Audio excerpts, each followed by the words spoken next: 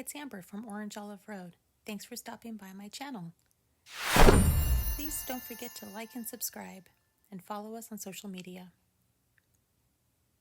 In today's video, we're going to be making baby yip yips. Let's look at what you need to make your own baby yip yip. First, you're going to need a larger knitting machine like an Addy 46. An Addy 22 is what I'm using. And then I'm also going to use some yarn. This is Red Heart Super Saver Metallic in the color red. Then I'm going to use some white for my eyeball and also a little bit of the fringe. Then I'm going to be using some polyfill to stuff my eye. And then I have these felt circles that I've cut. They are 1-inch circles. I cut them with my Cricut. This is felt that I bought at Joann's. It's a little bit thicker, as you can see. And again, it's very, very smooth and it works great on that machine. Even if you don't have a Cricut, just to cut it is actually very, very simple.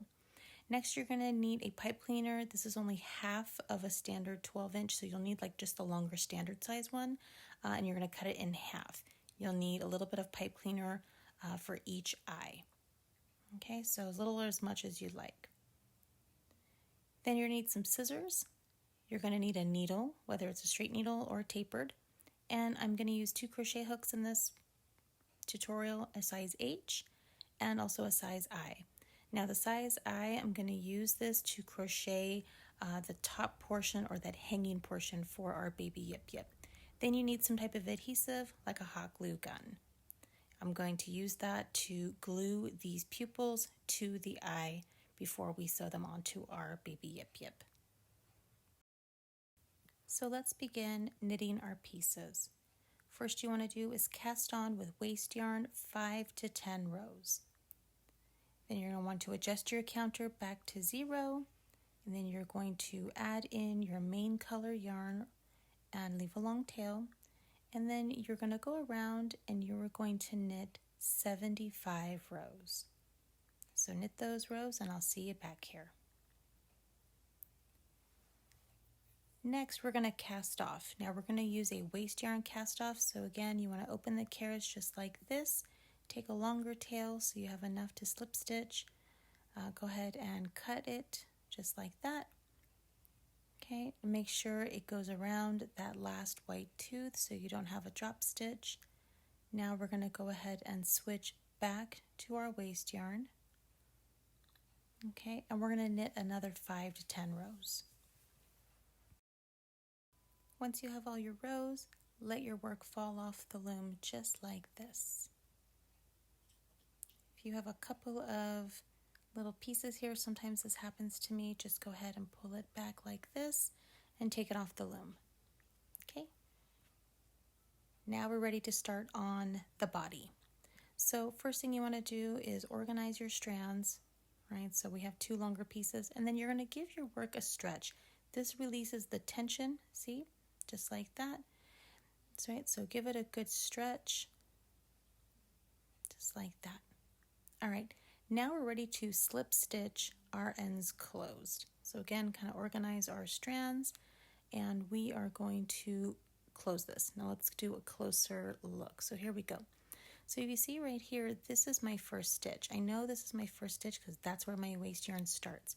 So I'm going to tuck my crochet hook underneath there, and then I'm going to come over to where that waste yarn is. You can see it right here. I'm going to tuck my needle under. I'm going to pull it over, and I'm going to slip stitch all the way across. Okay, so I'm using medium tension here, not too tight. We don't want our work to pucker. Okay, so just go through each stitch just like this.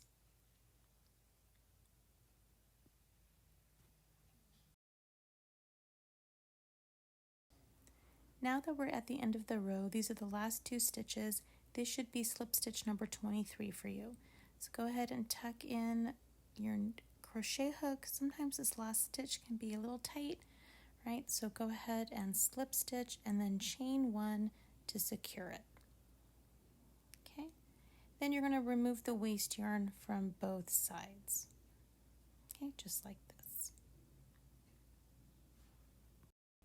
Now that you have your flat tube, I like to spend some time just really smoothing it out. Smooth out all the creases, Make sure your sides are really nice and tidy.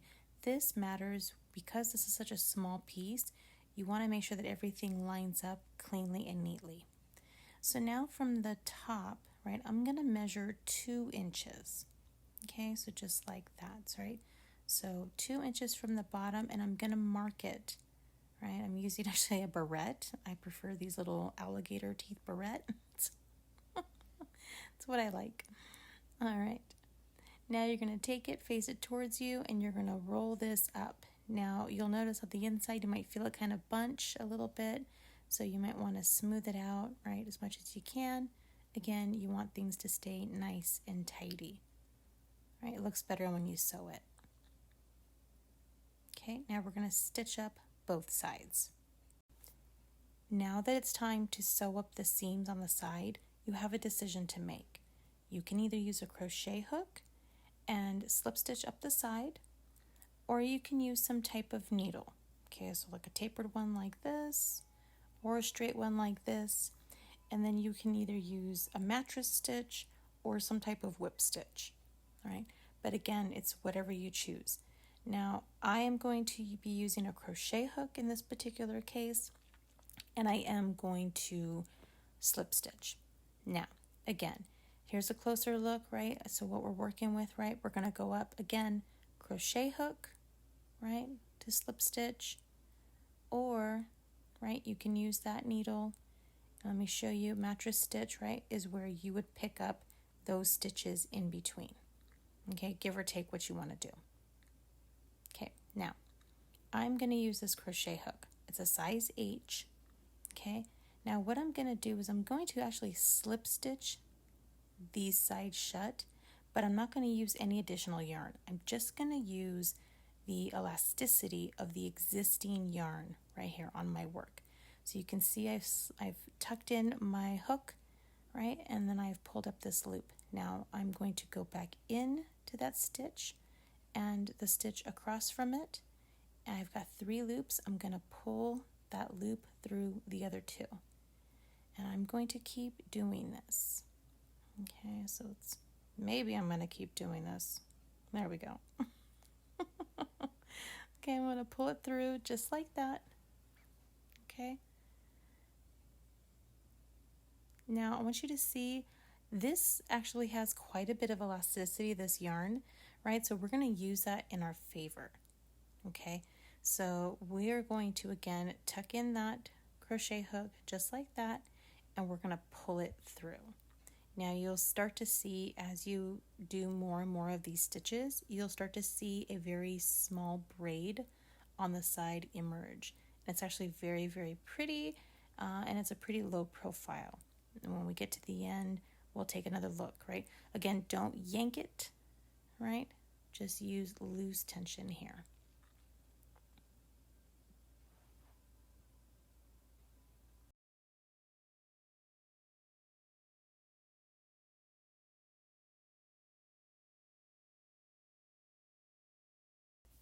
Now I wanted to spend a little bit of time here and do a little bit of more of a close-up so you can see what I'm doing. So you can see, right, all of those little V's and the V's on that side. So what I'm doing is I'm putting in my crochet hook just to that outer V right there. I'm going to bring it across and just pick up that first half of that V, okay?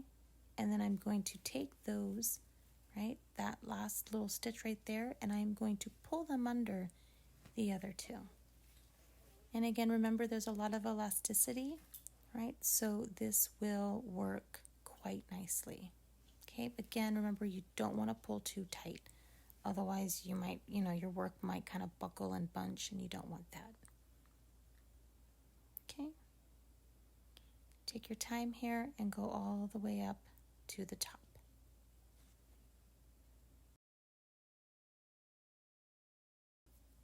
Okay, so now we're here at the end. This is the last stitch, and you're like, great, now that I'm here, I have this little loop. What do I do with it? Well, you're going to pull it pretty tight.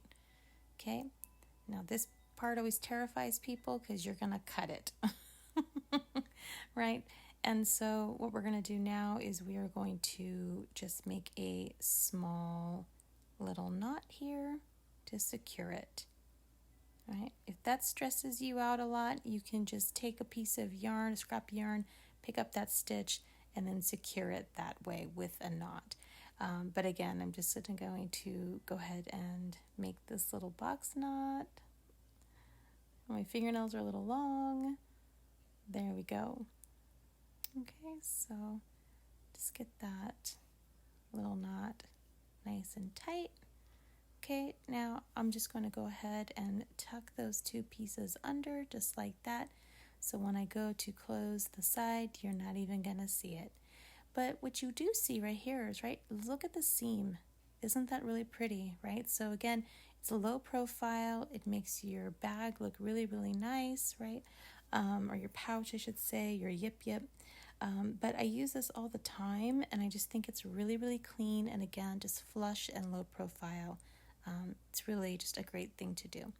Now you're going to go ahead and you're going to repeat this same process on the other side. Now that you have both sides stitched up, now we are going to start to assemble the mouth. So you're going to pull those corners down just like this. You can pin them or secure them, right, if you want.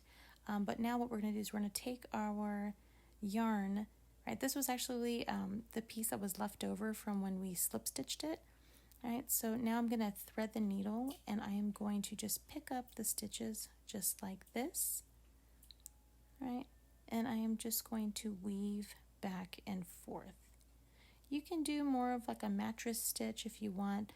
I just do this. It looks neat and clean and flush, so, and it doesn't bother me the way that it looks. You just have those pieces just lined up, and again, you're going to stitch the side, right? So just make sure that those line up just like that, and you're going to stitch them. Okay, and you will do this on both sides. Okay, just like that.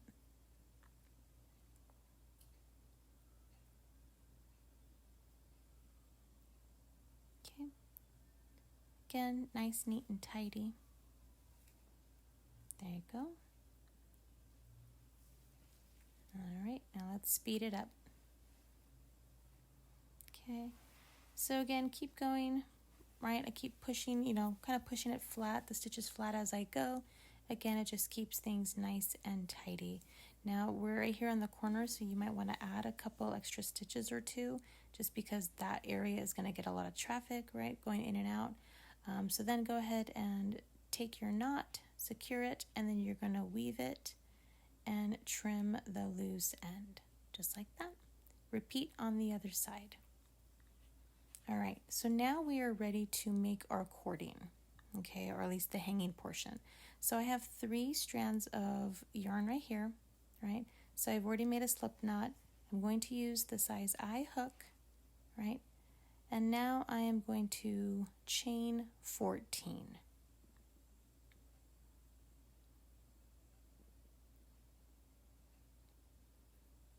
Okay, so now that's done. I'm going to go ahead and pull that taut. You can see here it has quite a bit of elasticity, but that's about the good size right there. All right, so go ahead and make sure the ends are secure. And now we're going to go ahead and set this aside. Now it's time to make the eyes. So go ahead and switch to your 22 needle knitting machine. You're going to use a provisional cast on, and you are going to knit 18 rows. Then go ahead and cast off.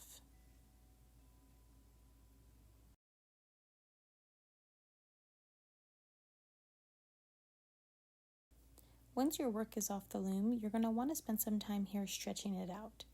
Okay, again, this releases the tension, right? Keeps it nice and smooth. Now I'm going to take these, right, and I'm going to make almost like I'm making like a micro beanie, right? So something really tiny. I'm going to pull each of these ends closed. Now, as I'm pulling these ends closed, I know I'm moving fast here, but as you can see, right, what I'm doing is I'm smoothing it out a lot as I go. This helps, right? So you want to make sure it's as smooth as possible. Now we're going to thread and needle, and I want you to see, right, I'm going to pick up, right, all of these stitches right here. I'm actually going to run my needle along this little line, just like this. Okay.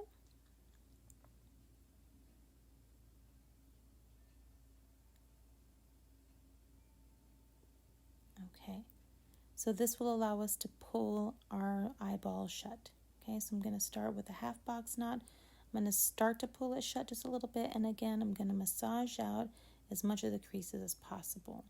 Now I'm going to start to stuff, okay, and I'm going to keep adjusting and keep stuffing until it's the shape that I want.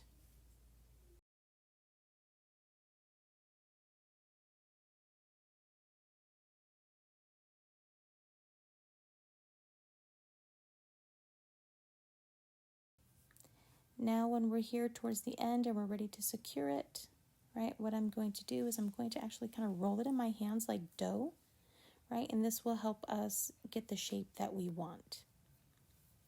Okay, so just roll, roll, roll. Now that is the cleaner edge, so I'll have that on the outside. This is the side, right? It's okay if it's not perfect. I'm going to be putting the pupil over the top anyway, and so we want it to be kind of flat.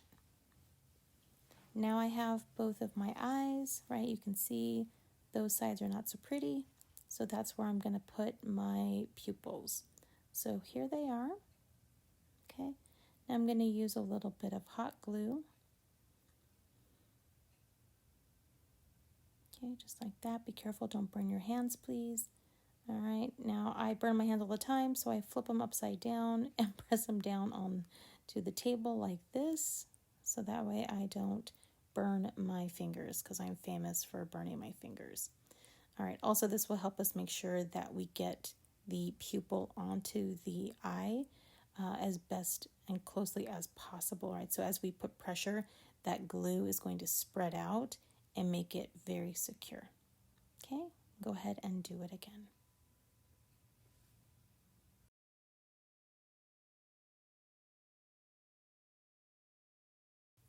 Now we're ready to put everything together. So we have our eyes and we have our body. All right, so what we need to do is to determine where we want to place our eyes. Okay, so Yip Yip eyes tend to be a little bit asymmetrical like this. Right, that's part of their personality. So less Elmo, right, and more Yip Yip, just like this. So once we determine where we want to put that eyeball, we're going to use, again, a straight needle I prefer over a tapered needle, and I'm going to put in that needle underneath, right, our work. I'm going to put it into the eyeball like this, and I'm going to go across several rows.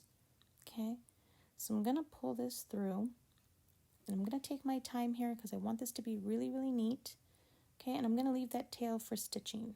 Okay, so now I'm going to pull this down here. Okay, just like that. Okay, again, you'll want to kind of look at eye placement as you go. Okay, so you can see here there's a lot of area that's there. So we want to make sure that we add some stitches so that it's very secure. Now for me, when I'm hiding it, right, what I like to do is go right into that next little row right here, you see it? And then kind of jump back a couple of rows. Tuck my needle in there. Okay, and then I'm going to come back down closely to where this other stitch was, just like this.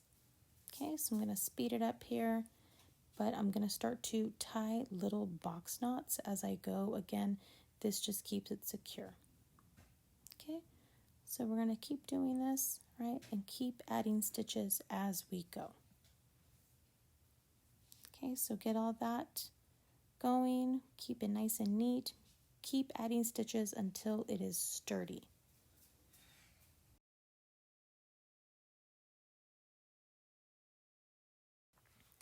As you're getting that second eyeball secure, what I like to do is a little something different right here. So you can leave your two eyeballs like this, right, separated, but what I like to do, especially if I'm making these for kids, is I like to add a couple of stitches right here on the sides. Okay, and then I will actually stitch the eyeballs to each other. Again, this just adds more structure to your Yip Yip. It keeps your eyes in place, and it prevents little kiddos from ripping them off of the work easily. Okay, so go ahead and tuck it back under, and then you're going to start to secure it. Okay, I like to use a little surgeon's knot like this and then weave in the ends. Now we're going to add our hanging piece. So figure out right where you want it to go. I usually go just under each eye, right? So I will put my crochet hook, the larger of the two hooks, right, up through the work. I am going to wrap my yarn around as best as possible, and I am going to gently pull it through the work. All right, get all those pieces to come through just like this. And then I'm going to repeat on the other side. Okay, so kind of see where you want it to go. A couple stitches over, about right there. Nope, that's not even. All right, let's try again. Okay, so up a little bit, just like that. Let's see, that looks like it might be, yep, looks pretty good. Okay, so again, take those pieces, go ahead and pull them gently through all 4 of those layers. Then we're going to go ahead and secure this with a surgeon's knot and tie in the loose ends.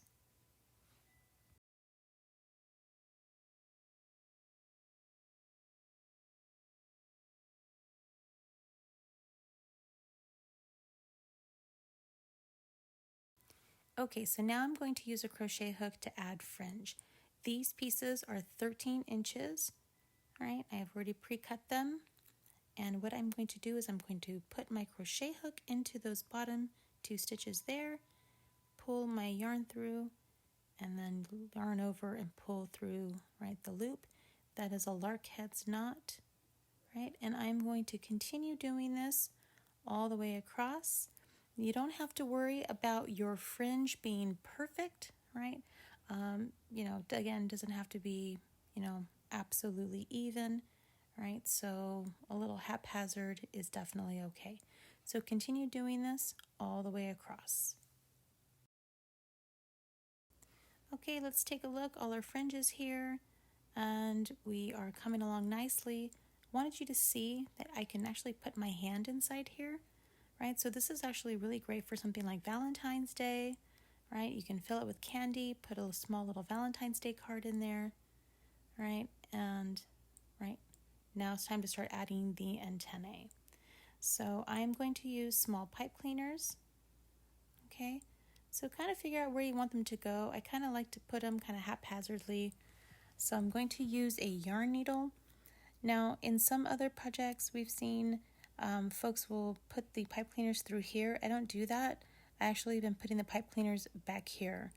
Okay, so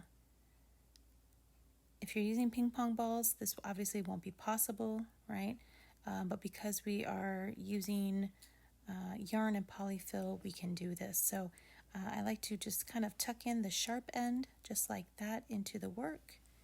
And then I'm going to use a needle and I am going to thread it under. And I'm actually just going to create some whip stitches. Again, I'm going to leave a tail for tying off a knot to keep it secure. Okay, and I'm going to go round and around until I feel like my antennae is secure.